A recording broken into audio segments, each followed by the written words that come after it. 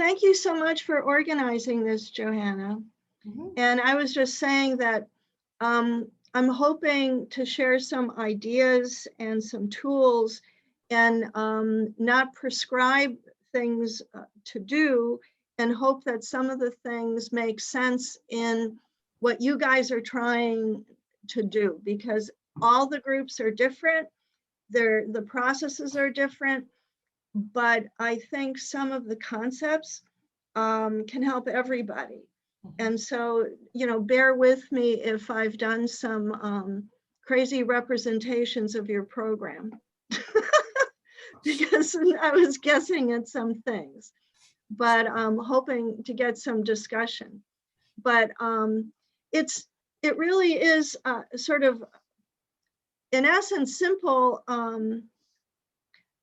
concepts that can help with improving people's UESs and people's programs.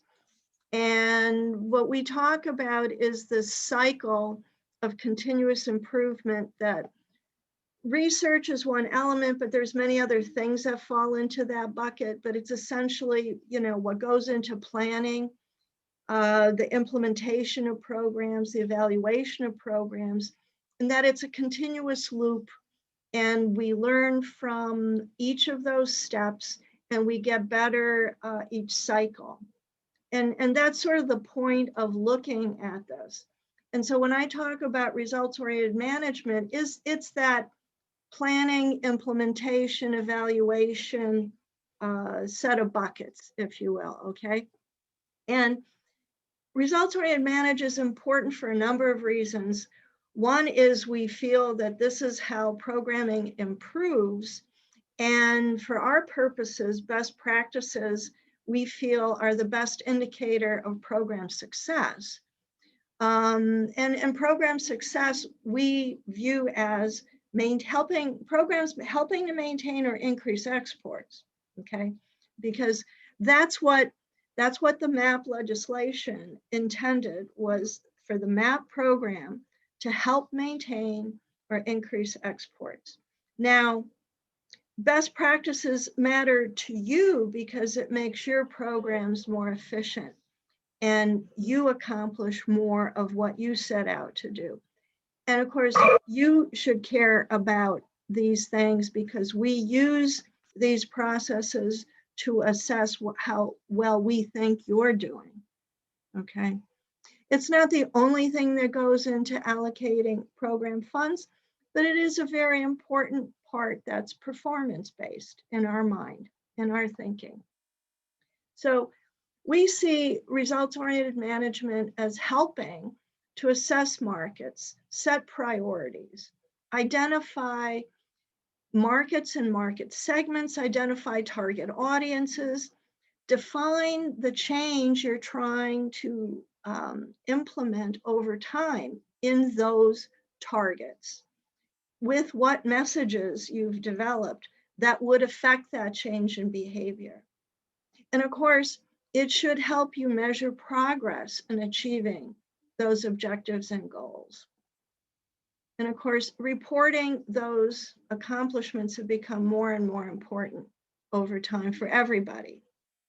Now, when we talk about results-oriented management, it's really important to keep in mind that we're talking about a top-down, process-driven set of, I like to call them these buckets of activity, but it's top-down, process-driven.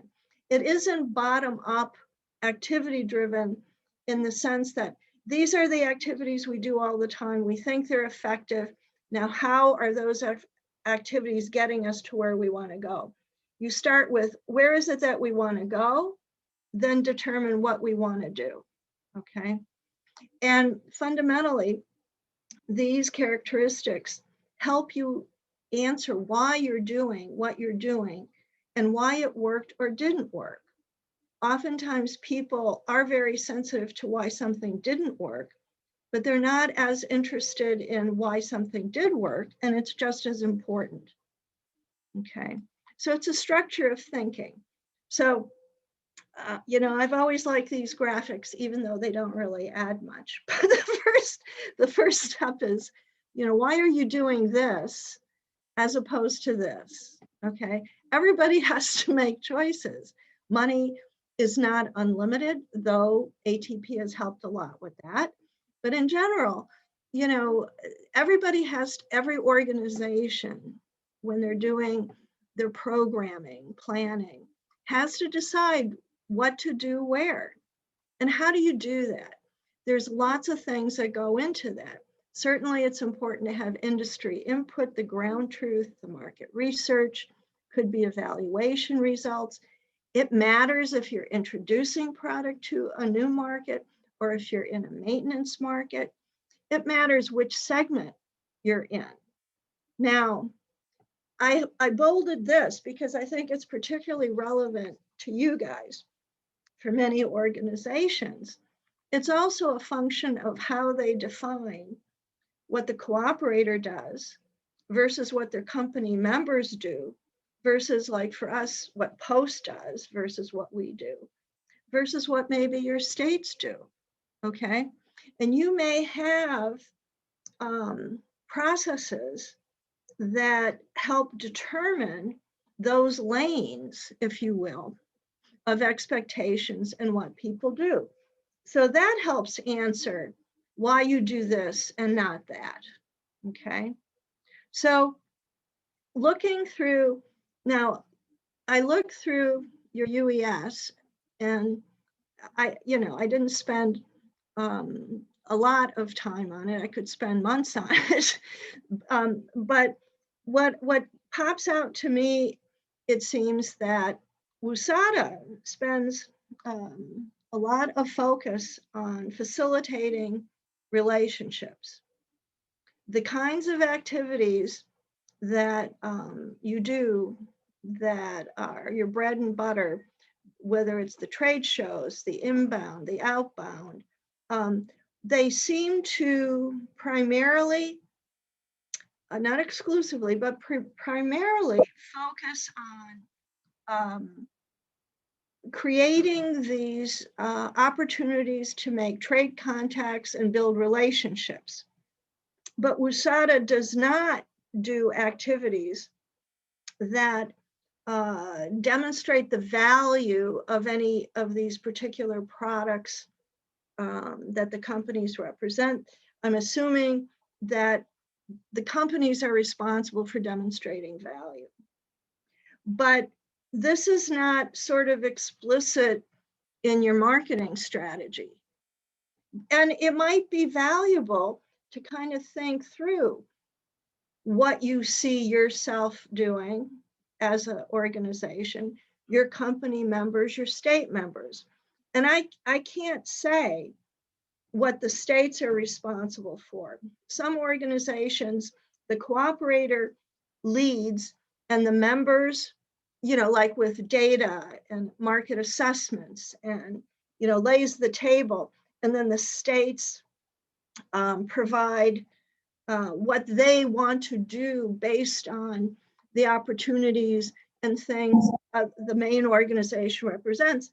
Others operate in the reverse, where the cooperator receives the input from the various states in this sense of what their priorities are, product, market, et cetera, for a variety of reasons. So I'm not sure what the state role is in planning, implementation, and evaluation, okay? But these are all really good things to think about and outline because they define your lane in these processes, okay? So because it's top down, this is sort of the structure of what we're talking about, because this is the structure of the UES, and it's a good way of thinking about it. You have overarching goals and objectives. You have sort of this mid-level of constraint opportunities, and then you have activities, okay? Now, this confuses a lot of people. and semantics shouldn't, but they do, and you can't be simple enough. And so we often talk about constraints, but we always mean constraints and opportunities. And what I found over time, it's like FAS likes to talk about constraints, cooperators like to talk about opportunities, and sometimes we're ships in the night.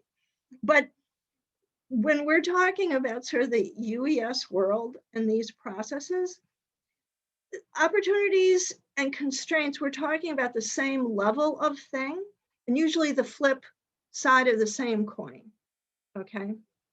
But sometimes opportunities are easier to define. So that's just a good thing to keep in mind, not to have semantics knock you off. But the idea is that once you've established objectives, goals, and you have this sort of structure in place, that the activities that you have to implement that you're proposing are going to mitigate those constraints or take advantage of those opportunities. And if that happens, you will make progress towards your objectives, towards your goals. That's sort of how it's all supposed to flow. So let's take a look at one. Looking at your UES, it isn't that I didn't get past ASEAN, it's just that I thought it was one of the best examples of things to think about, because it is complex, okay? Multiple countries, multiple everything.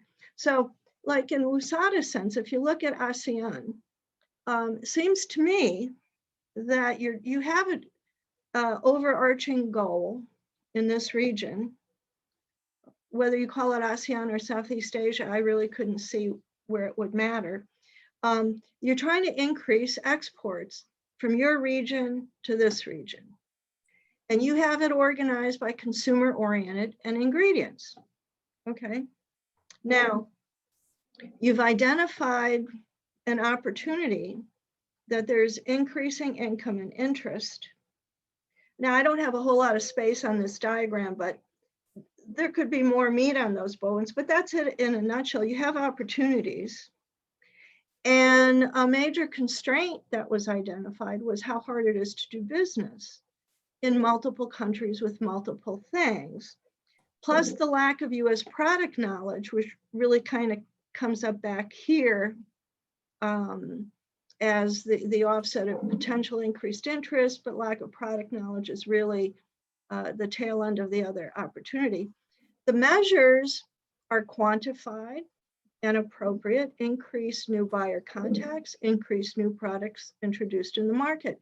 Both are good measures, and both are quantifiable, and both reflect, making a dent into these opportunities and constraints. And here are the kinds of activities you do. So this is kind of how it lays out in a broad sense. Mary, could I stop you for a second? Sure. So this is, I'm happy that you've used this one example, because this is exactly what we were hoping to feature, is where we've been and where we're going. And so I apologize, we didn't have time to get you our new templates and stuff. Oh, no, that's okay. I mean, these are, like I said, idea kind of driven thing. I'm curious though. So we did shift things a little bit this year, and we're working on a new approach with the states, and taking this example. I want to, if we could, for 1 second, just talk through how we're approaching it this year.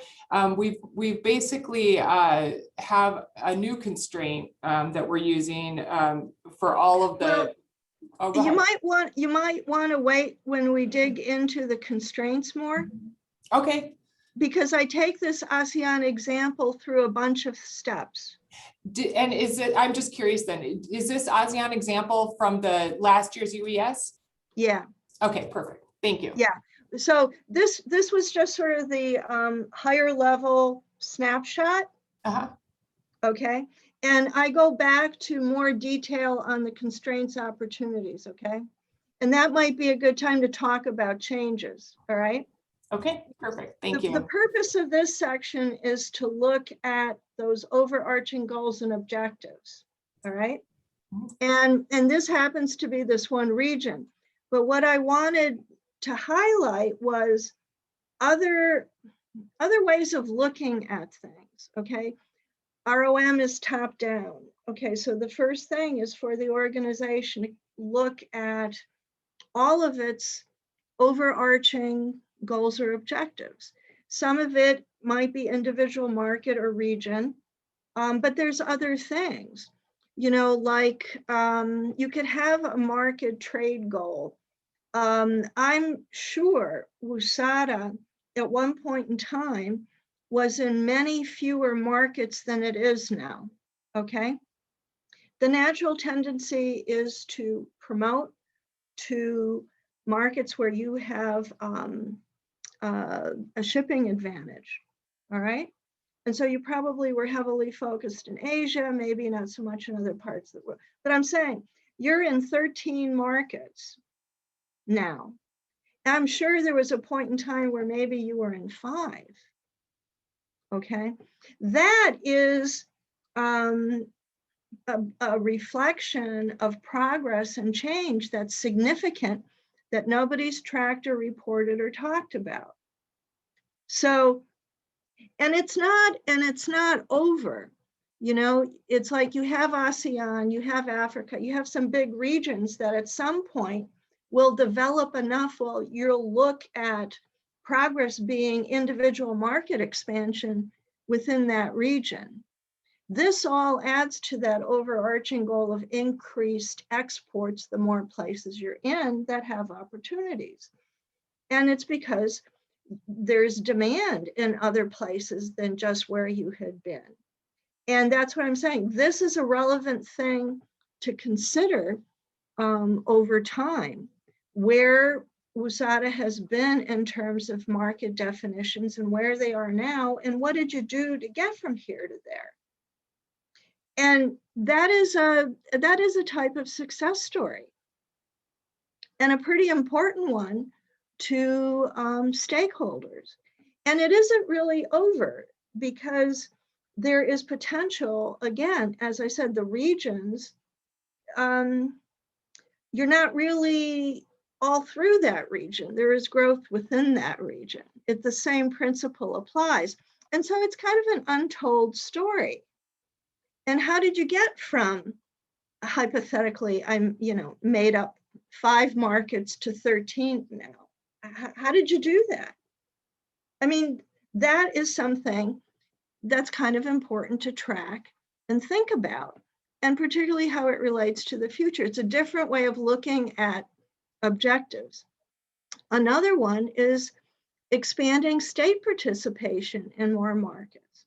Now, you probably have all the state members you're going to have, and you probably have had them for quite some time. So it isn't about outreach for more state involvement, probably. But I'm sure they're not all engaged in all the markets. That's another kind of higher level objective that matters, you know? Again, I just made something up. 5 were active in all 14 markets, and you want 10 to be active in all markets. I mean, it's just an illustration of a meaningful change over time that does help move you in the direction of that overarching increasing exports. It's not it's not in how many products were introduced and how many buyer contacts were made, which are good measures, but it's looking at a different objective that matters.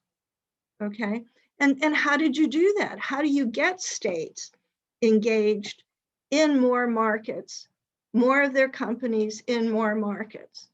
These are all sort of valid ways of looking at what you do and telling a more complete story of how you're getting to increasing exports for the whole region, okay? Same thing looking at branded, you know, this is a more narrow expression. It could be, you know, you obviously you want more branded, you want more companies in the branded program over time. The more companies, the better off the region is in terms of exporting. This is more specific, just to give a little variety of how to think about it. You can expand the number of companies participating in more than one market. You know, most companies, when they first start exporting, they go with something familiar where you don't have a language issue, or you don't, you know, they're in one place that's easier to learn how to do. And they already know how to export. You have an opportunity to push them into new places. Well, how do you do that? Assuming we're in a normal time.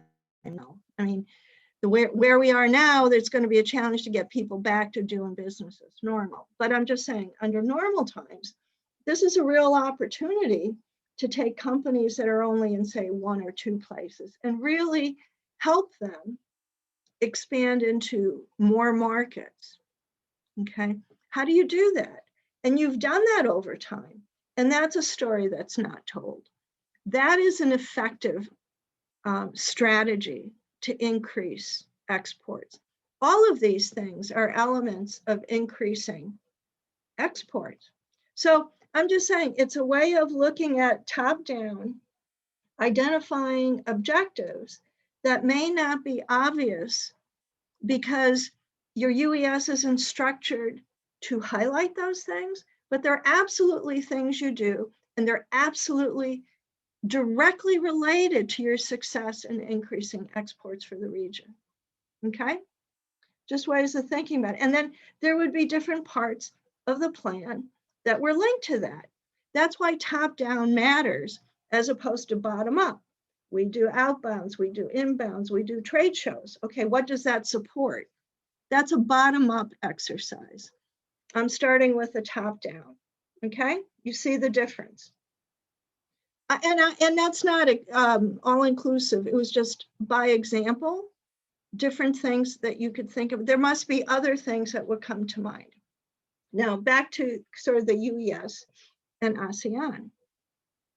In the marketing strategy, yeah, this is from the 21, okay, because, you know, that's what I had.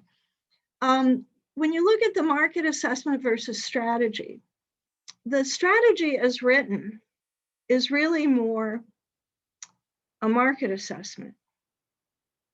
A strategy tells you how you will address the opportunities and challenges. An assessment tells you what the opportunity and challenges are. A strategy is how you're going to address them. And so when you read this, this is where some strategy comes in, the importance of local regional partners. Okay, so this is partial, okay?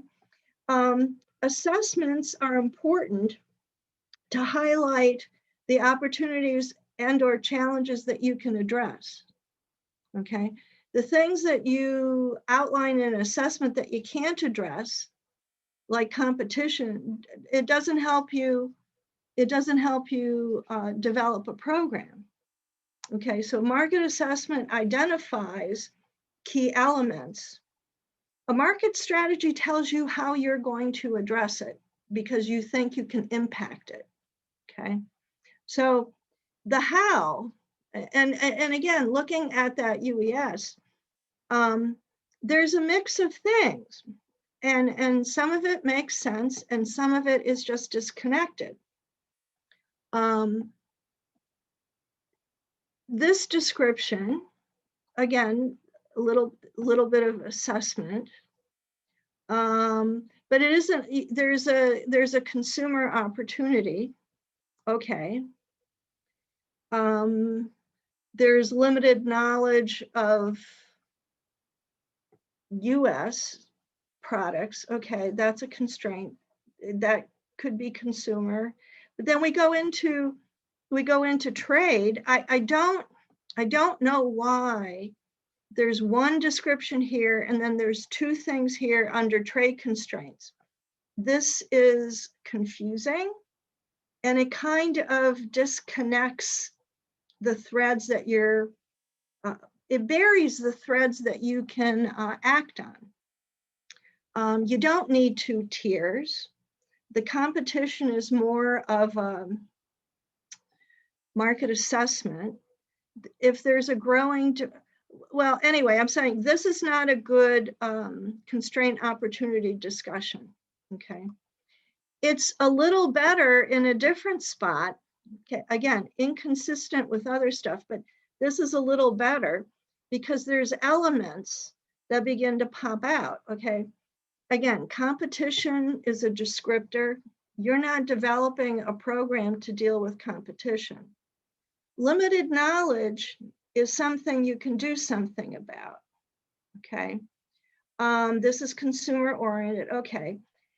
When you say growing demand for new and novel Western style items, I assume this is consumer oriented, that if consumers become knowledgeable, they would buy. But the strategy doesn't say how to make them knowledgeable, okay? US ingredients, relatively unknown. But if they knew, would they buy? Again, we're kind of knowledge located here, which gives you something to work with. But there's no strategy of how. Part of the how, you have to determine where these targets, consumer food processors, where are they in relation to the products that you're promoting? This one is easier because it's US food producers unfamiliar. And the difficulties of doing business in multiple countries was said in a previous assessment. But you see how it's all disconnected. But having an in-country rep and local partners address, that's a how to deal with this one. But you don't have a how to deal with these, okay? So this is what we spend a lot of time like at USADC or with other, just in general. Over the years, I have found this to be a really useful tool. It's not an absolute, it's just a tool of how to think about a product, an audience, and a market. It applies almost to anything, okay? And what the benefit is, it tells you where you may be and what you might need to do to get to some other place. And if you get to that other place, that's progress that could be reported out, and how would you know? And chances are you're doing something different at some of these other points in this continuum, okay? So this communication continuum is a really good tool to look at your own situation through, okay? And in combination with that, a useful way of looking at change over time is this notion of a key account, a representative target subgroup of your audience, okay? When you talk about food processors, this is the last bullet, you're not really talking about all food processors in ASEAN, you should have enough market information research of who are the key players, where are they, okay? And why are they the key players? Obviously I just made this up. You want to work with the top 5 in the region that represent 50% of the manufacturing of, I don't know what. I mean, again, it's just to illustrate that you have a basis of defining a subgroup that becomes like a bellwether of people to influence how well you're doing. Because you're not targeting all food processors in all of ASEAN. Full stop, you're not. Nobody is. So it's this hierarchy, it's these 3 levels: establishing trade goals, objectives overall, main ones, okay? In your case, it could also include, it's not just market, region, you know, with these kinds of measures. It can also be organizational. It could also be the reach in a market by the nature of your generic and your branded programs. And the key area is that constraint opportunity level of those objectives, which determines your work plan. Okay, that means you've kind of figured out what it is that's keeping you from reaching that objective, or what the opportunity is in that objective to go after it. That's why this is the working level of what you do. Activities are just the tactics to get you there.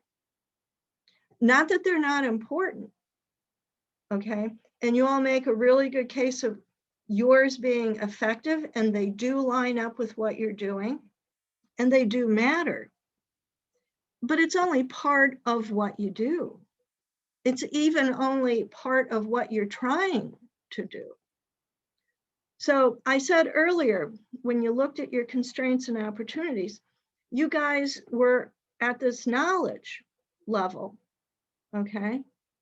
And that deserves more of a look of how to get the processors up to purchasing, how to get consumers, okay?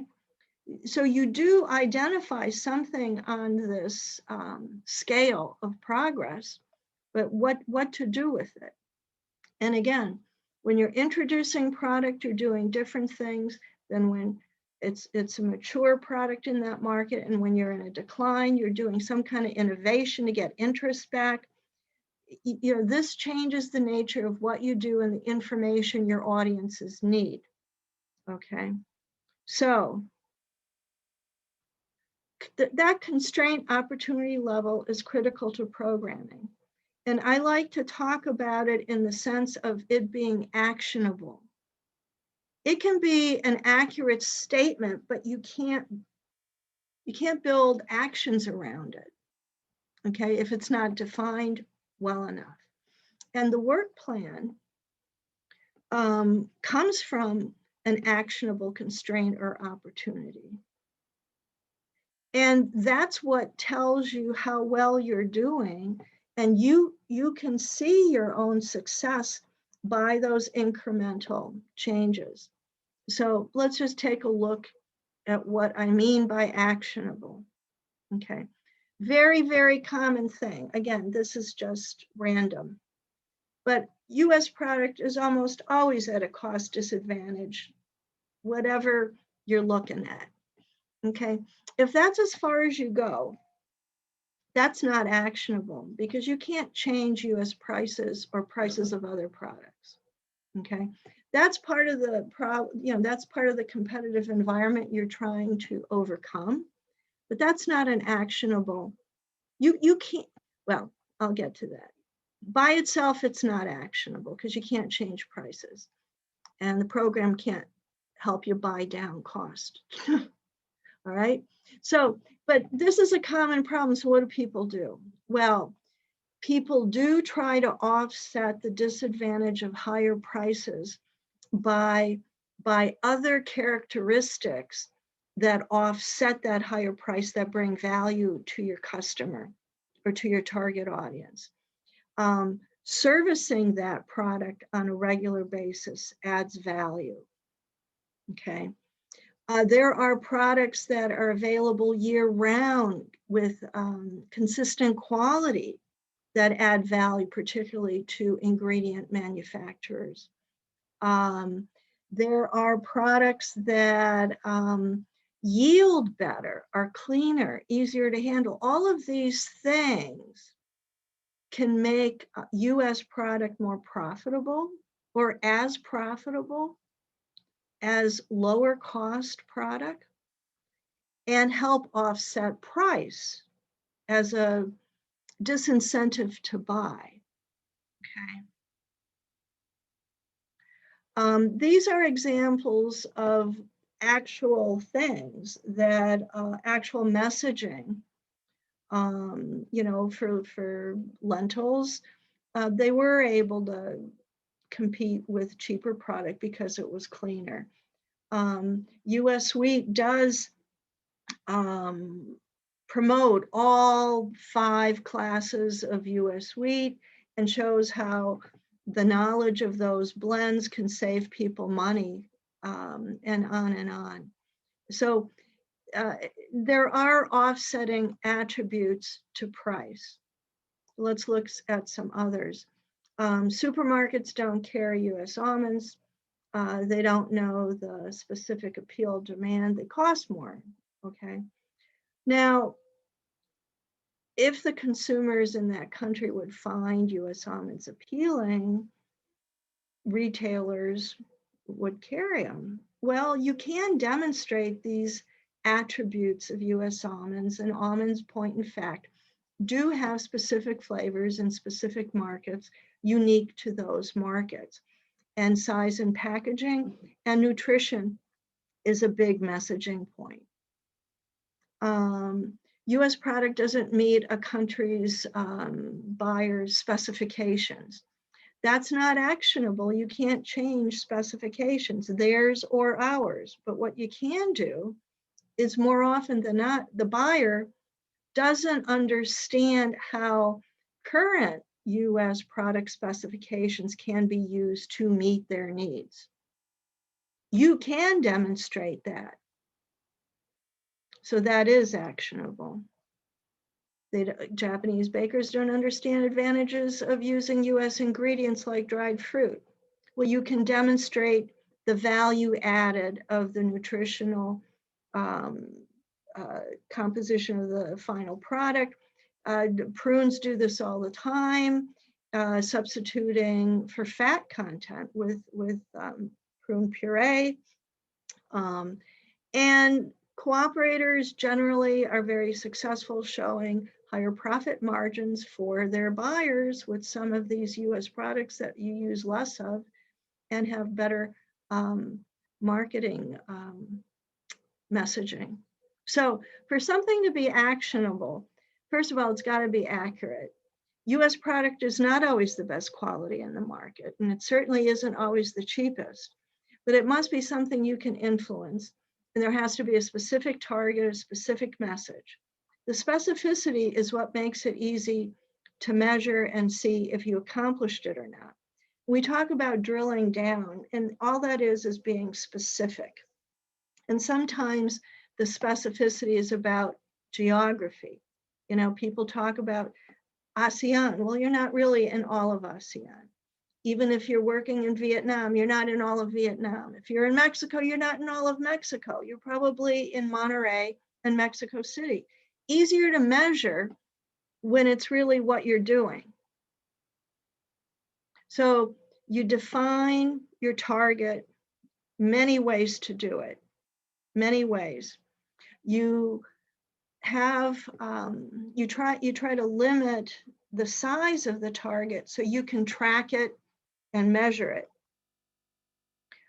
Here's an example of the drilling down. We talked about this a little bit before. Food processors in ASEAN? No, not really. Leading processors in Vietnam, again, I'm just making up the example. Well, it's better, but we don't know what leading means, you know. But, you know, if you say the top 7 who represent 60% of ingredients in Ho Chi Minh and Hanoi, and they supply 5 major retail chains in Southeast Asia, we know why you targeted these people and how they're important.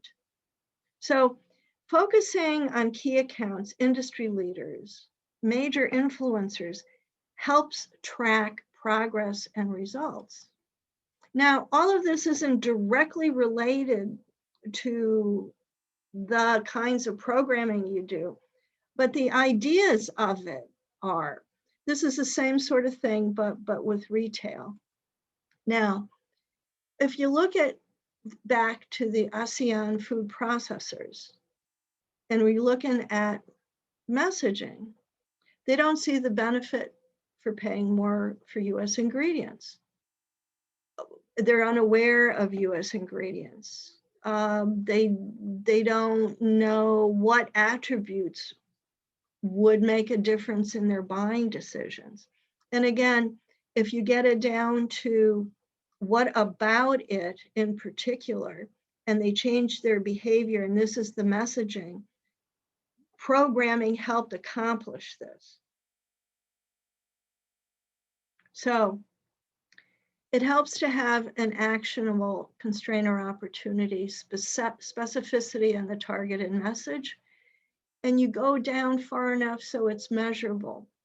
And it's all about answering why. And if you can answer why, then you can answer so what when you're done. And that's probably the biggest problem people have. They do a lot of things, but it's not clear to anybody why it's important. Now back to your ASEAN example.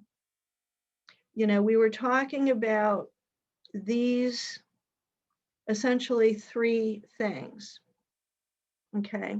Pulling them out. Growing demand for new and novel Western style items.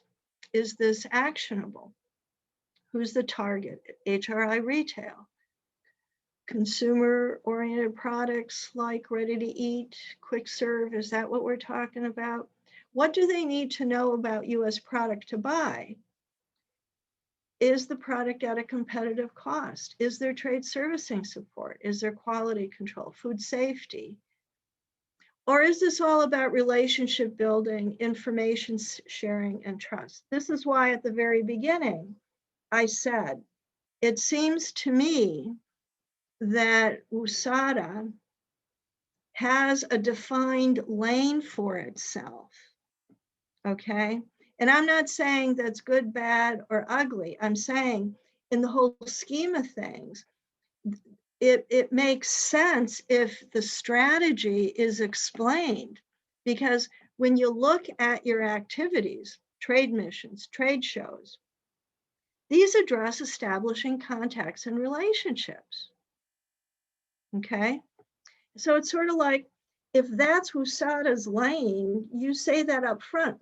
But if the opportunity is this growing demand, relationships don't directly relate to that. Who is the target? Who is talking about what they want to know in terms of being willing to purchase?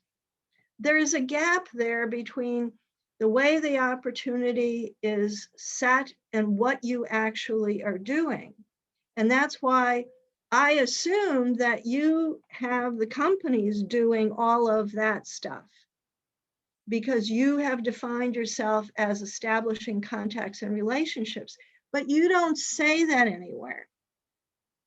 And if that's the role you have, and you establish that in the marketing strategy, the opportunities and constraints have to be expressed in a way that they reflect what you're doing with it.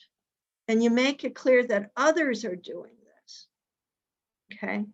And here we go with the ingredients. It's the same kind of thing. US ingredients are still relatively unknown to most food processors in South and East Asia.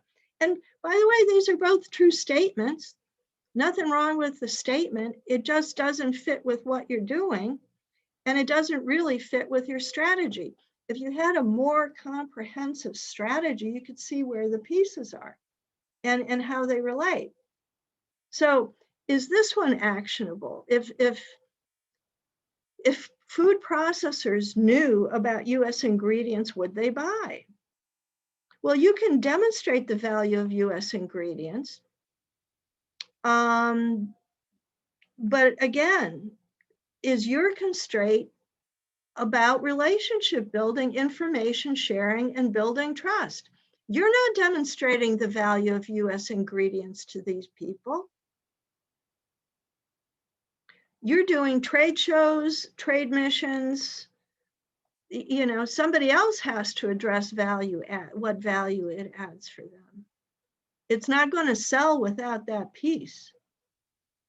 Unless you start doing seminars and you, I mean, you could be addressing some of these things. I'm not saying what the organization should or shouldn't be doing. I'm just pointing out sort of the disconnect, okay? You could very well be addressing some of the things that it would take for these more defined groups to, like in Southeast Asia, doing some regional workshops, or, I'm not saying you couldn't or wouldn't or shouldn't. I'm just saying it doesn't give the potential buyers what they need to know in order to buy US ingredient. Okay. Now, this one is more direct in terms of being actionable. You certainly can help US producers know more, and in-country partners and the in-country rep clearly can serve that function. Okay. But you could also probably track the progress of how much US producers have improved their knowledge on some of these things. It kind of relates to that overarching objective of increasing state participation as a organizational objective. Success with this, with more states, members, would result in more trade. It kind of fits under that bucket too. So constraint opportunities, specific targets that are reachable over time with available resources, specific messages that address behavior motivators.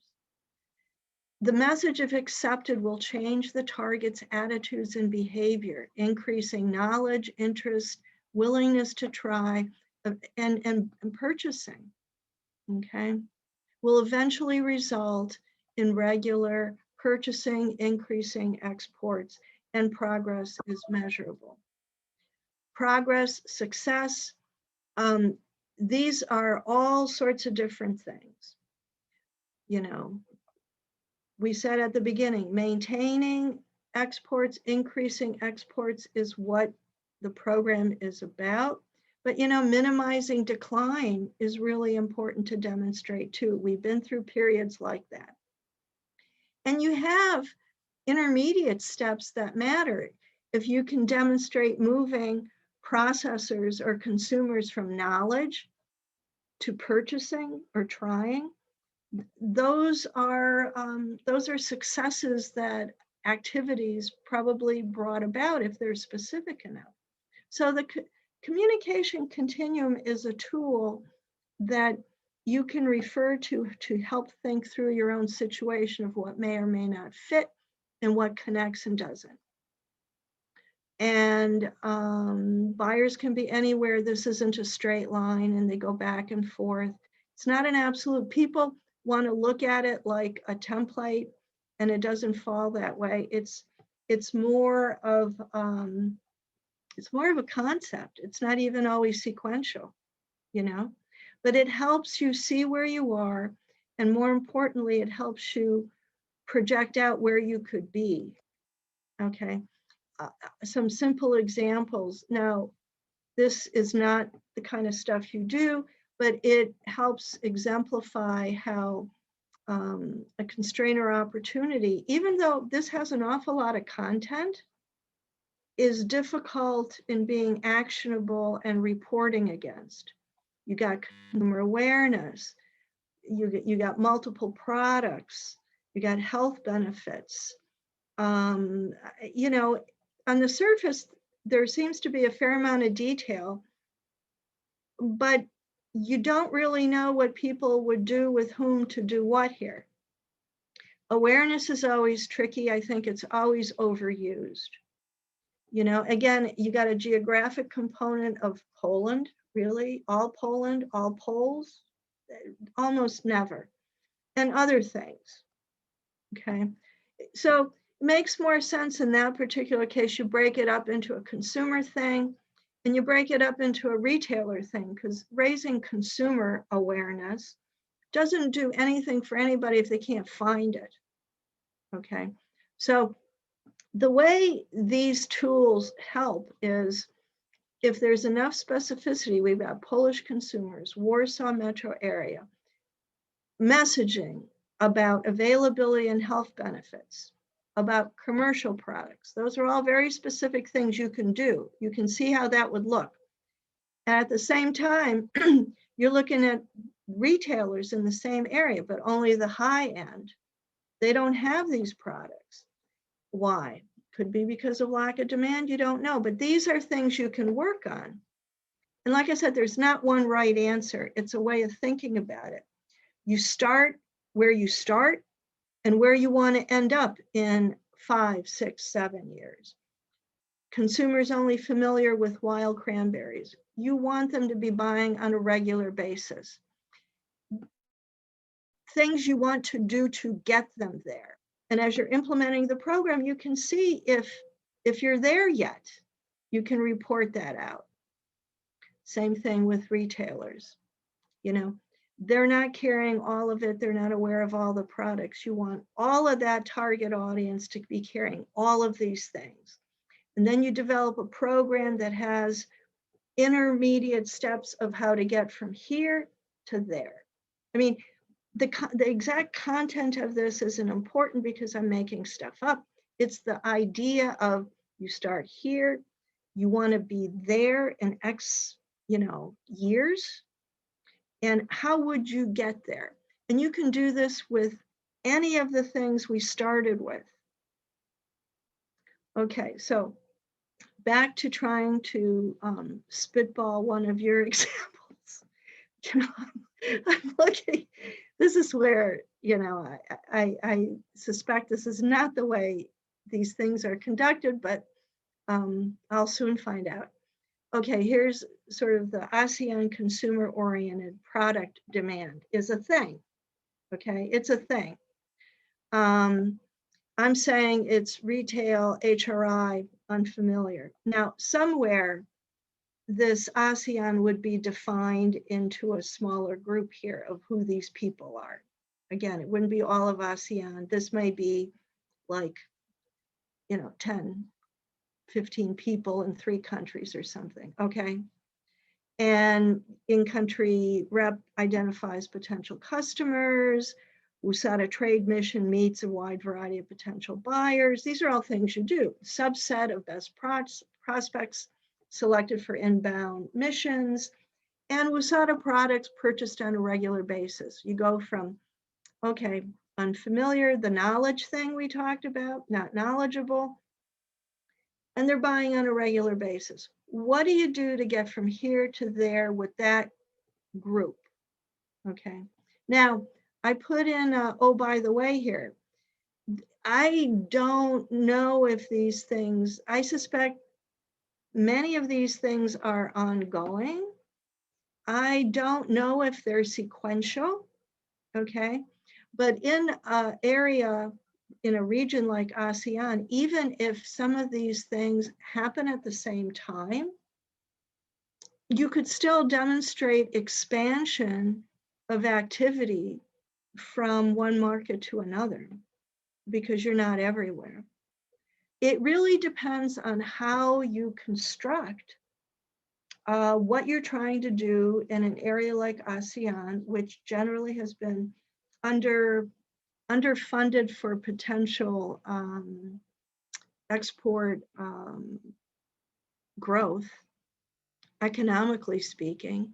So it's possible to have a descriptor of where you are and where you want to be and what you would do to get there, okay? And that's kind of the idea of this. And having 5 is arbitrary. Again, it's just to demonstrate the thought process. And you may end up doing different things to get from here to there, depending on that starting point. And it goes back to what you expect companies to do and what you expect states to do and how it fits with this progression of what you determine as being progress. But why is this useful, thinking about it this way? Because most programs build on previous activities, okay? And the starting point is where you are then. And, and when you do your UESs, you are projecting out into the future. So it behooves you to kind of look at where you are and where you want to be in more specific, concrete terms, because you can demonstrate that change and progress over time. But more importantly, it may change what you do to get from here to there. Okay, because I don't know how those things fall into place in terms of sequence, how it moves. But that communication continuum gives you a clue how the target audience behaves and what gets them from one place to the other.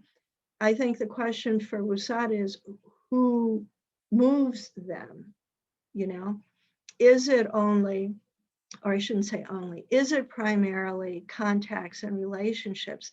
Then the ball is picked up from others. And how do you represent that? Same thing with some of the other parts of the program. Logical progress of increasing state or number of companies' participation. This is just, again, using ASEAN, it could be the total program. You've got 2 states companies, you want to have 8 states companies with purchases on a regular basis. And we got some of the same activities showing up, but we have more specific baselines and objectives for this particular thing. I mean, right now, whether it's food, whether it's food ingredients or consumer, you're using the same measures. You're doing the same activities, you're using the same measures. And those are good measures. But if you're not differentiating between food ingredients and consumer, it just seems like there probably are other things to report out that are more specific to ingredients and consumer. Increasing participation in branded, overall trying to increase from whatever baseline to total number, but more importantly, trying to increase new to program as part of that. It could be some of this, it could be all of this, it could be a totally different angle on this. The point is this is a very useful way of thinking about what you do, what it looks like, and how it can go and what needs to be done between the different steps. Okay, again, some may happen concurrently, not sequentially. Then what does the progression look like if it isn't these things? And I don't pretend it is. This is just focused on branded sales, okay? This is moving companies from the one market to multiple markets as a strategy to increase overall branded sales. I mean, this one was increasing branded company numbers, which may or may not increase sales. This is specific to trying to increase sales. So it's just food for thought, okay? I'm not saying do this way. I'm saying this is to help you think about the things you do, particularly from the very beginning, coming up with the objectives and how do you get to those objectives? And then how do you drill down specific enough that's actionable, and what would that look like over some time frame? So that's sort of where this is going, okay? You set the overarching objectives. You identify the opportunities and constraints with target audiences, and you use steps to show progress over time. A target audience can move from knowing nothing to being aware, knowledgeable, blah, blah, blah, blah, and buying on a regular basis. There could be many steps, there could be a big leap, but it gives you a framework. But this continuum way of thinking is also appropriate for policy issue, that's a type of oriented work, because it's communication, it's still a target audience. I don't think you do any sort of policy issue work, but there is a relevance in this example for you. It's a continuum, but the steps are not about buying, it's about market access issues. And I did use an example, this was a real example on very old. This was back in 2006. This was a real thing that happened. They were worried about tariffs on corn. They wanted, this is where they started, they wanted to keep it open, keep the market open. A key strategy was to develop a relationship. This is where you come in. You're about relationships and contacts and all of that. Develop a relationship with the domestic poultry industry in Morocco, because they have the same interests in having economical feed as the US has in exporting it. And they were able to do that and worked with them in conjunction to have the FTA not have a corn tariff. But the thing that's most interesting about this example is this one thing, this develop relationship building business, is a track of its own. This is a fundamental marketing strategy that the Grains Council has all over the world to amplify messaging and deliver technical assistance by developing in-country associations who are like-minded. And, you know, and they did this in Morocco. There was no poultry association. And after a number of years, there was. And what did they do? They reached out to top producers. They did outreach and technical trade servicing. They brought some of the key people to the US to tour production areas and come to association meetings.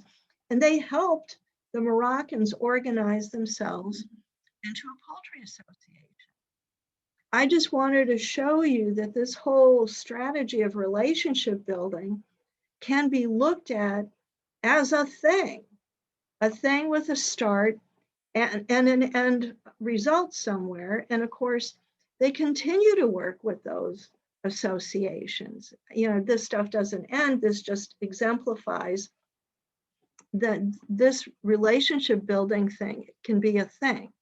So I hope this gives you some food for thought about the activities you conduct and the contacts and relationship building that you're trying to do for US companies and states, and how some of these tools might work in your scenarios.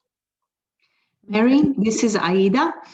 We just want to let you know that this now it's 2:05 our time, but I just have a clock, yes. Yeah, and I just checked with WUSATA team, and they think this presentation is really going really well, and they like information you're providing. If you are willing to stick with us, and we can definitely continue. I think everybody is, or if not, most people are actually willing to stick around to hear the rest of it actually, the rest of it goes pretty fast. Yes. So thank you so much. I was just going to add, if anybody needs to leave, because I didn't check in with everybody, they, you know, you're more than welcome to go. But I, for one, am going to be able to stay in as long as you have, Mary. So thank you. Well, like I said, it was a lot of material, but I wanted to highlight some of these things that I thought were most relevant to you, you know, so you could think about them, you know, more. I didn't have enough time to think through how your relationship building contact thing could work. Again, I don't understand your processes well enough, the missing piece being the states. And I know you wanted to do a training for the states, your state participant state reps. And I told Aida I wanted to do staff first because I don't know what of this actually would be relevant to them. You know what I'm saying? So I thought it better to start with WUSATA staff. Anyway, so you can see some of the different ways of cutting, slicing, dicing, and it all goes back to the original objectives and establishing those constraints, opportunities, and working activities or tactics around those, okay? So evaluating progress, the continuums, that approach helps you identify progress, and it helps you link that progress to activities because that continuum helps define what things you should be doing at those different stages. But I can't emphasize enough how important it is to know why something worked as well as why it didn't. You know, like people are just grateful something had a positive result. And if they don't know why, they can't necessarily apply that knowledge in the future. So, you know, you always have to be asking yourself, were the activities effective? If not, was it planning, implementation? Obviously, we're in a period where it's external factors are killing us. It's going to be difficult coming back from the COVID cancellations and problems. Assumptions, are the constraints, opportunities relevant? As I said earlier, I think yours, the way they're stated, are not really what your actions are about. So you're good with quantified performance measures. You get that, yours are. And what I would say about that is maybe you should be measuring additional things. What you're measuring are very good measures. They do directly relate to the things you're doing, but I think there's more to the constraints and opportunities and direct linkages. There may be things you would want to do in addition to. This is just a really handy checklist about performance measures that the GAO did for us when they reviewed us. We found it very useful. This is something that confuses people, but I'm not sure it's a problem for you because your measures are good. I just think there may be more things that you want to identify that your program does, that you have objectives that you can take credit for. And outcomes and outputs. Outcome is a target audience behavior change. I guess the thing that confuses people is sometimes we refer to outputs as results and outcomes just as outcomes. They are actually both types of results, but outcomes are the most important results of what you do because it's target audience behavior change. Outputs measure what you do, but in your case, implementation, there's some implementation goals, objectives that would matter, that would be more important than for most. And that has to do with, you know, like the state participation and organizational objectives, you know, that could be seen as just implementation, but it has more meaning for you given the nature of your organization. So an outcome is progress in the market. It's what we talked about, moving through steps. An output is what you did. And I'm saying in your case, outputs are very important when it comes to the things that you're doing to get more participation of companies and more participation of states. So it's not just outcomes in this case that are so important. You have outputs that are very important too. And these are very common types of outputs that describe things that people have done. You know, how many people were invited to a seminar, how many products were. Sorry, I just wanted to thank you. I'm going to have to drop off. This is Andy. I'm going to have to drop off, but I just want, and you can continue talking to the rest of the staff, but I've got another call I need to do here in about 5 minutes. But thank you very much for taking the time for this presentation for us. Well, thanks for attending. I hope it generates some discussion and ideas. Yeah, I'm sure it will. It's again, thank you. It's been very, very helpful, and Johanna's taken the lead on this for us. So I'm gonna leave her to finish out with you guys, and I just wanted to say thank you before I dropped off. Thanks, Andy. Nice seeing you. Nice to see you. Bye-bye. But these are common types of things that people count. On occasion, sometimes some of these things, when they're exceeded, can be a demonstration of interest. But generally, what you've planned is what happens, and it doesn't show much more than that. This is a simple, again, demonstration of common outputs for common types of activities. You know, I guess, you know, the point is outcomes can go from being an activity result to opportunity constraint result. The most common one I often talk about is like an in-store promotion. People report before, during, after sales at a minimum, which I hope so, but that is activity. But really, most people who are doing in-store promotions are trying to develop relationships with the retailers. And they want more shelf space. They want, eventually, some cooperators get the retailers to promote their product without additional support, which is a big accomplishment. So most of these activities are not things you do. Some of these things, at some point, like I said, if you start from the top objectives and go down and try to answer the target audience's knowledge needs on some of these things, you may find yourself doing some of these things, you know, as part of that process. It all goes back to the relationship you have with the states and who does what and how it's organized. But there could be a place for seminars or menu promotions or in-store promotions. It really depends on how the programming is organized to meet that constraint opportunity as it's explained in more detail. And so success stories, I can't not have a captive audience and not talk about success stories. I've spent way too much time working on success stories. I'm a broken record when it comes to success stories, but it's always more and more important. It never diminishes. All your stakeholders want to know what was accomplished with the money spent. In large measure, it's as simple as that. And it also is an opportunity. It's a communication opportunity. I love this example because I am in a world of templates, and people tell me, well, tell me what you want to know.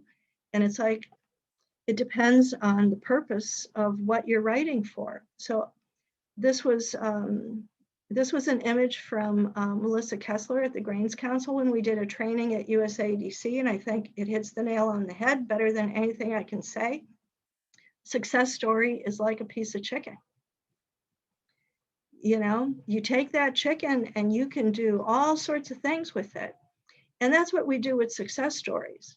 You know, we use a couple lines for a speech that the secretary gives. We use a couple pages sometimes as an interview on the FAS website.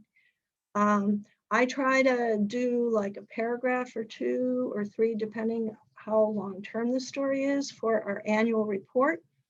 But it's like any communication, what you want to tell your audience about what you did that means something to them.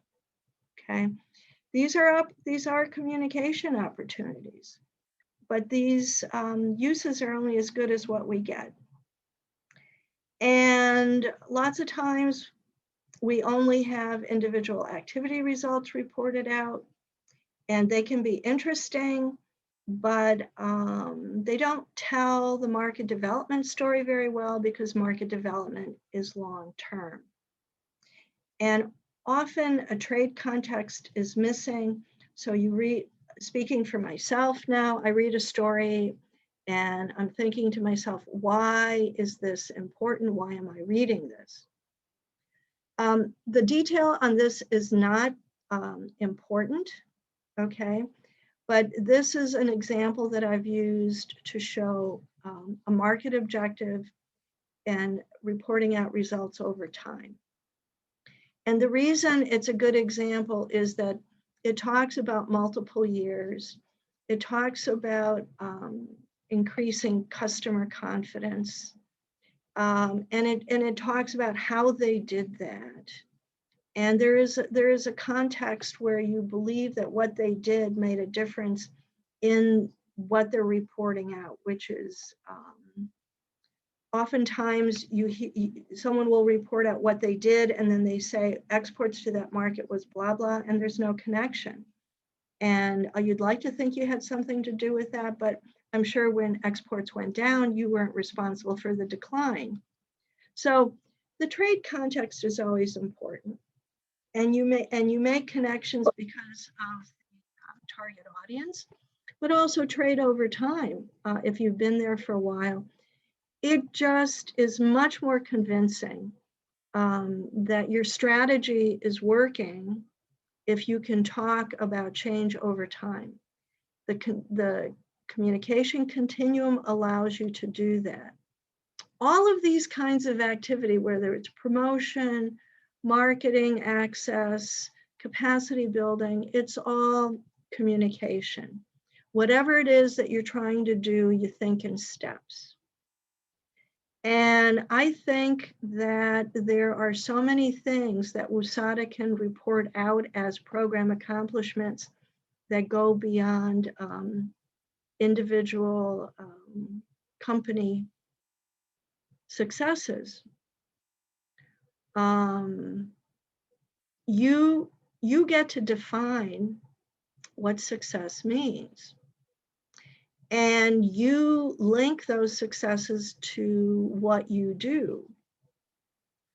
There are so many other things you do that are not reflected in a single company success story or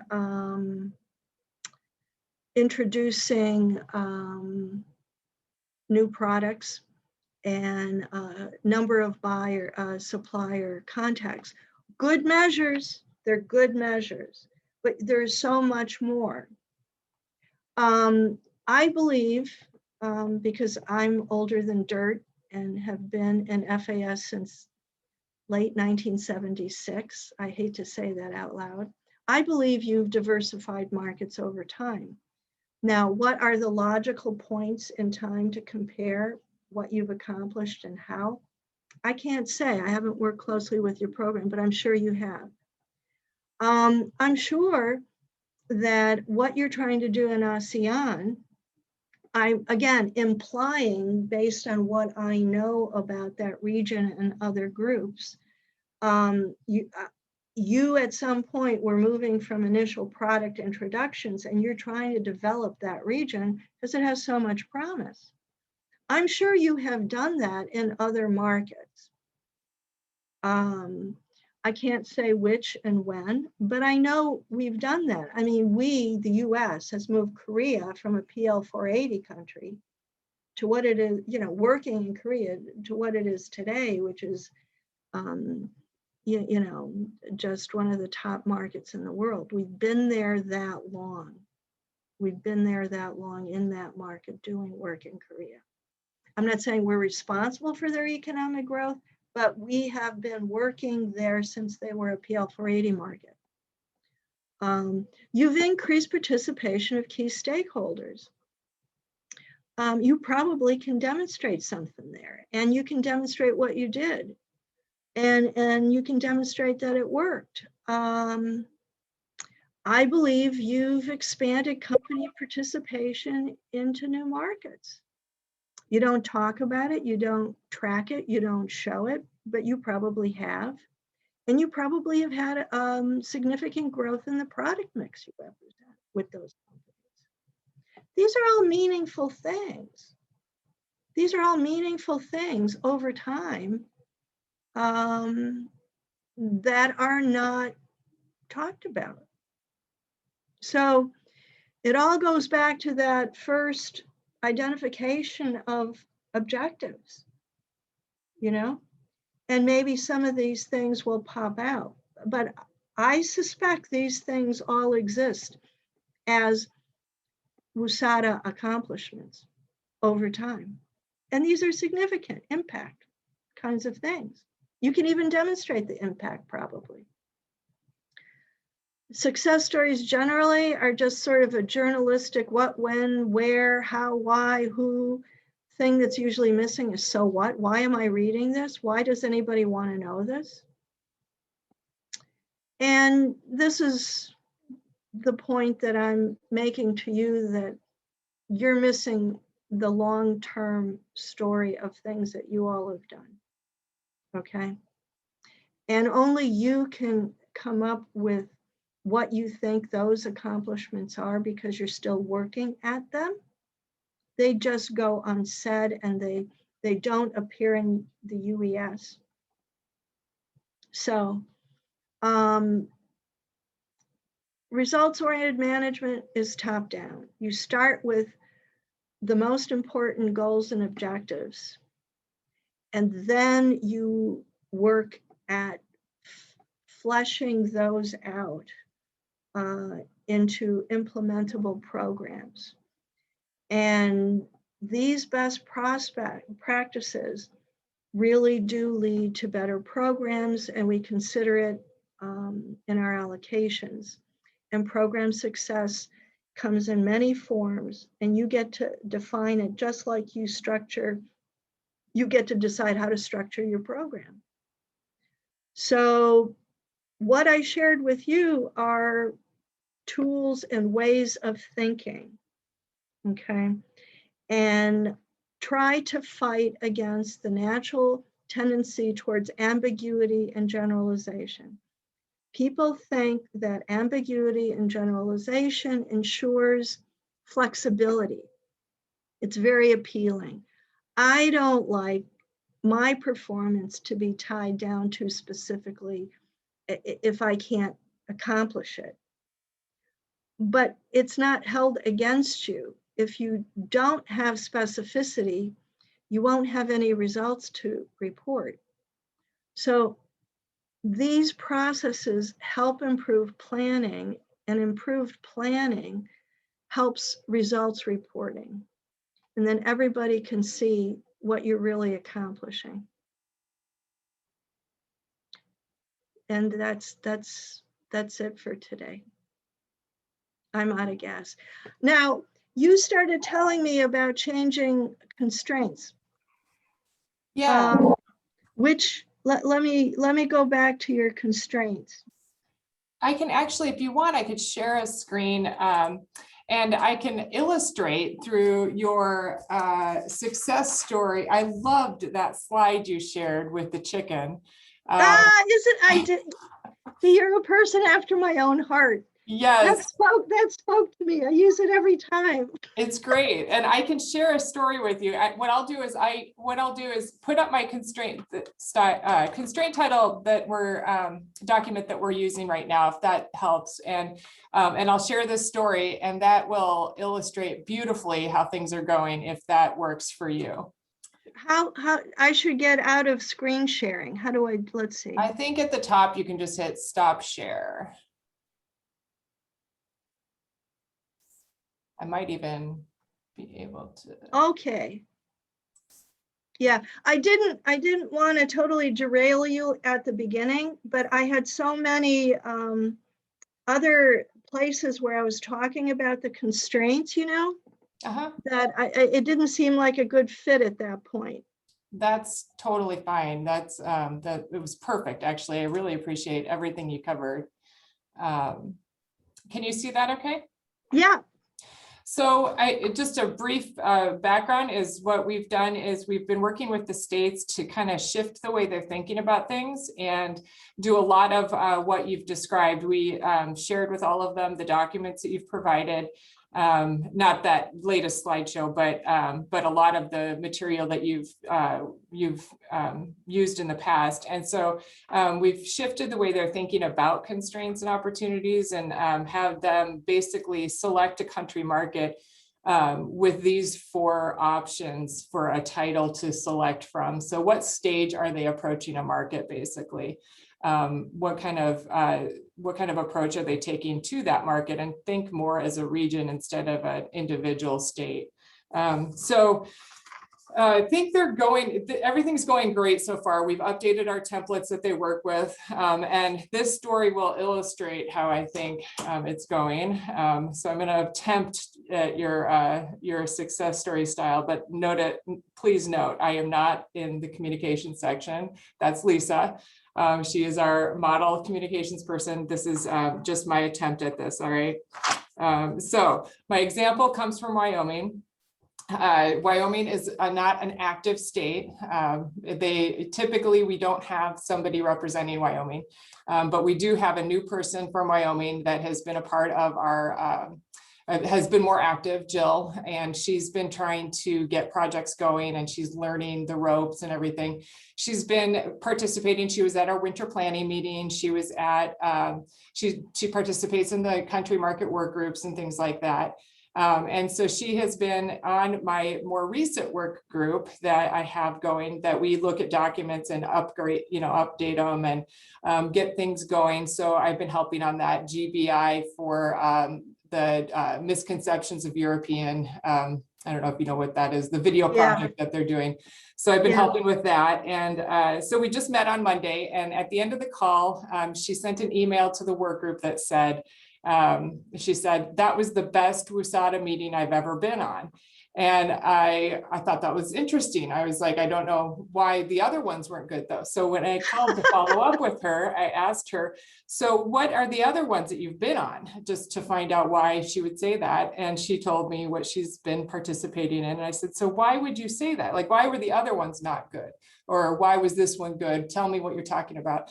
And what she said was that she felt like this work group meeting went good because they arched above the concept of working as states that were kind of working against each other, and they were working together as a region to come up with a solution for the GBI thing. And I was like, oh, that's great. And she then followed that with the changes that we were making with our approach to the UES also was going that direction. And she felt like whatever changes that we were making was going to get us to this point of thinking as a region. So that's my success story illustrated for you. That I think I think that's really cool. I mean, it hits on a bunch of levels. You know, you're getting a state actively engaged that wasn't. That kind of works on that level. And then your final product is a comprehensive thing that works for everybody. And that should be something that would have enough detail in it to track and see how it's doing for everybody. Everybody's got a piece of it. It should be easier to measure and to report out because everybody's got a piece of it. Yeah. So it hits on a bunch of levels. Yeah, I think we are going in the right direction, and I hope you guys are able to see that when you read through it. And it probably isn't going to be perfect, but we're getting there. And I really appreciate all of your time and that slideshow. I took a lot of notes, and I'm excited to look through it and learn more. We might have some follow-up questions. Well, it's you know, like I said, it's not like there's one right answer. Okay. And I thought the ASEAN section was a good one to focus on because you could readily see things at odds with each other. You know, things said in one place that are different than things said in another place. And so when you have that degree of sort of inconsistency or ambiguity, it makes it much harder for the rest of it to follow. It's really important to get those top things right, you know? And the thing that struck me the most was I saw lots of things being done that you're not able to take any credit for. You know, all of those things I listed in that last slide are things that WUSATA has done over the years that never see the light of day. You know? And taking this more systematic approach with all the participants will increase participation, but it'll make all of the activities better. And you might actually be able to, do the constraint and opportunities in such a way that maybe you do some of those additional activities. Mhm. That would fall in the generic bucket, okay? But particularly in markets like ASEAN that are just developing Mhm. for you, would be appropriate. And in more developed markets, it would be a different bucket of activities that would be represented by all your states or state companies. It still is a way of asking the questions of why are you doing this versus that. I mean, I would think it'd be really hard if what your program is taping together everything that comes in individually from the states into some coherent whole. Mhm. That would be really hard because they're all at kind of different levels, looking at it in different ways.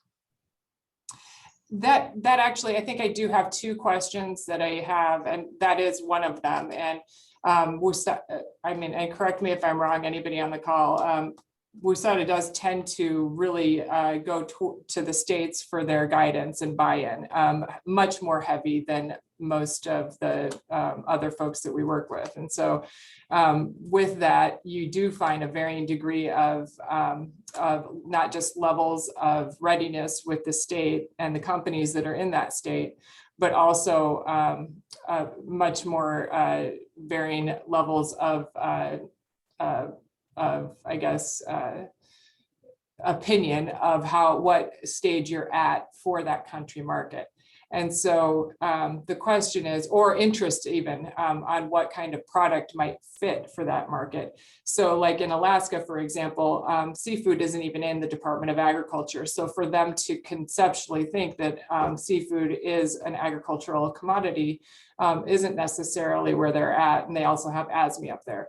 And then you have Right. the rest of the coastal region plus Hawaii who says, no, seafood is very important. And so when we're working as an SRTG to try and serve those states, and they have so much at odds with each other, how are we as an organization trying to meet that need in multiple levels and capacities? And let's just pick ASEAN as the example. If they think we're at the new stage with seafood, but not for barbecue sauce or nuts and dried fruit, how are we supposed to approach that market with multiple levels of readiness going on? Well, I think you are, in the sense of, the first step is figuring out what that whole range of stuff is, Mhm. and seeing what the opportunities are to address them. I mean, it can be worked both ways. Part of it is collecting that information and seeing kind of where it clumps together that is enough to do something about. And the states that don't have as much experience or knowledge, you can fill in those blanks with market research and information that's available to everybody, and help participate in prioritizing, say, certain types of products based on the market research from those markets in terms of best opportunities. Okay. It's a check and balance, not just what an individual state may think with, say, one company thinking it's an opportunity, but how does it fit in the whole array of opportunities represented by the Western states and products? Mhm. Things, you can't do everything everywhere, but certain things would rise to the top when you go at it both ways.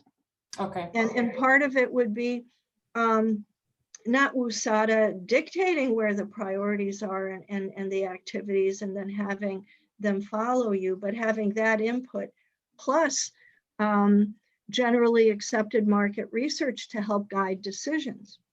Gotcha. Yeah, that makes sense. Exactly, which you kind of guys provide at many of the strategic plan meetings that I've been in the past. You provide a lot of resources, but at some point you're coordinators, right? So you have to have set of some sort of similar messagings for every state and be consistent in that. Meaning going back to the strategy overall for the each market, you know, what are exactly, once you collect all of the data, it's kind of prioritizing. You can't do illy-willy everything, right? Yeah. But prioritizing and being like, okay, this hits the most of the state. And you know, from even UES, when we review your strategies, we say, oh, is this representing most companies? Is this presenting the widest, industry? And so some of these things you already know, oh, guys, we are graded on these things. We are trying to approach these things. So, you know, having this overarching kind of level of strategy is super important, because that is what can guide you through some of these states who get to say, oh, we want to promote this particular product and it has to happen, and you know, if we are in the game, we are in the game, and if nobody else is, you know, they still want to do it, right? Yeah. Because I've seen a lot. But I think all of the SRPGs are dealing with similar stuff, you know. Well, Even and with sometimes you have to do that. You have stakeholders and they have needs and desires, and you try to balance it out as best you can. But as part of that process, if you have enough market research on the market segments that people have expressed interest in, it helps level that playing field. It helps take some of the emotion out, okay, of the process. But it does sound like the work that you're doing to collectively provide input on the GBI is a good model to try to apply to collectively work on each of your targeted markets. Mhm. And I mean, at some point, I don't know, maybe it's too many markets, more concentrated work where the most opportunities are. Just more markets isn't necessarily better. I mean, that's a tough call too. I mean, you're already in 13 and some of those are big regions. Yeah. So, and usually with a marketing strategy, you want to have obviously, some mature markets, some kind of intermediate growing markets, growth markets, and some new, like you have Africa, but Africa isn't Africa. There's probably only, I don't know, a couple places there you're really looking at. Yeah. So, you if you're specific about where they are on the distribution curve, Mhm. you want to have a mix of kinds of markets, because if you don't start doing some work in some of the African markets, you never will. Yeah. And it takes longer to develop, but it's that's what these programs are for, is to incentivize the things that wouldn't happen on their own. Yeah. You want to expand where you are to the extent you can. But you also don't want to stretch yourselves too thin. Mhm. But yeah, I think it really is important to get the right kind of input from the states. And part of that can be helped by what you provide them in terms of additional information that you have or you've compiled. Right. Detailed market assessments and are really helpful to people when they're looking at their own little niche, and no, it's definitely a different kettle of fish what you're trying to juggle, but you want it to hang together. And I guess my point was, it can hang together better. Mhm. Right now there's too many layers of constraint and opportunities that don't hang together with what you're doing. And so your measures are good on what you're measuring and reporting out, but it's a small part of what the whole organization does. Right. You aren't even in a position to address whether you should continue to expand markets or if you've gone too far. Mhm. How would you know? Right. Yeah. How would you know? it seems to me that's a legitimate program management question. Mhm. I think that's exactly what this change in thinking is addressing, is we're going to be able to, I think with our new approach, we're going to be able to say, okay, which phase are we in, or which, where are we at in these markets? And then what would it take to be in the next stage? And then we'll be able to answer that question. And Well, and even where you are, what the real opportunities or constraints are. Mhm. Are there more things that you need to do to address those Yeah, than trade shows, inbound, outbound? Like I said, right. everything that you're doing is generating opportunities for contacts and relationship building. Mhm. Nothing wrong with that. But is that all that's needed from you? Yeah. Yeah, I have a little Venn diagram I drew while you were talking about that. I mean, I don't know. I don't know. If you give people opportunity to make the contacts and relationships, it's up to the companies after that and it's hands off. Well, there's probably in some places not. It takes more of a collective effort to educate or, bring that knowledge to your audience, in a broader sense for the benefit of a broader array than an individual company.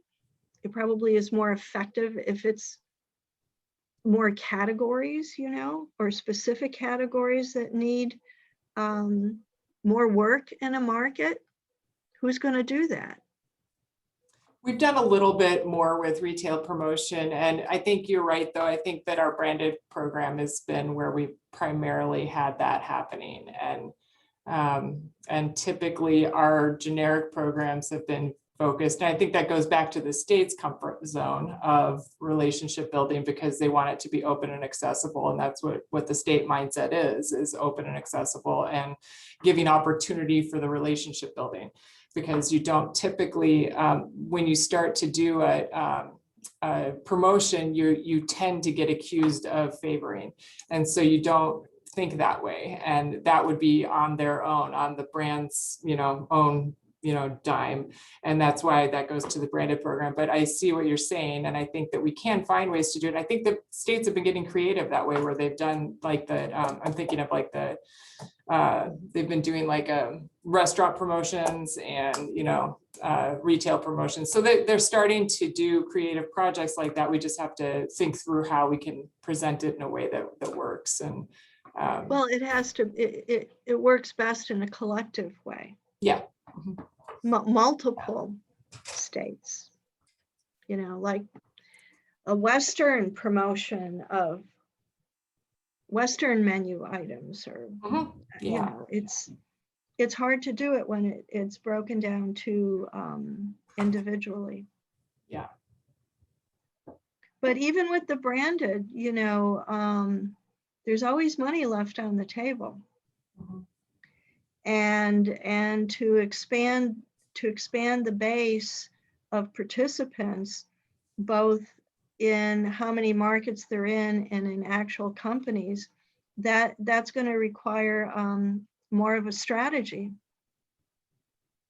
Of course, we're coming off of a horrible time. It's going to take a lot just to get people back to a previous baseline. But I'm saying that requires a long-term strategy of how to go about that. And it's really too bad, because with the ATP, we were so optimistic that changing eligibility requirements would result in more participation. And I don't even know when we'll be able to tell if it mattered. I don't think anybody's been able to go after new membership based on new eligibilities, except for what was said before, which is actually what we knew from the beginning, that yes, it was able to capture mergers and such, people who already participated, but had to drop out. But new participants, I've heard of nobody, going after any of that or having a plan to go after that. And it's understandable under the circumstances, but I'm just saying from our end, we were really optimistic that this could make a difference.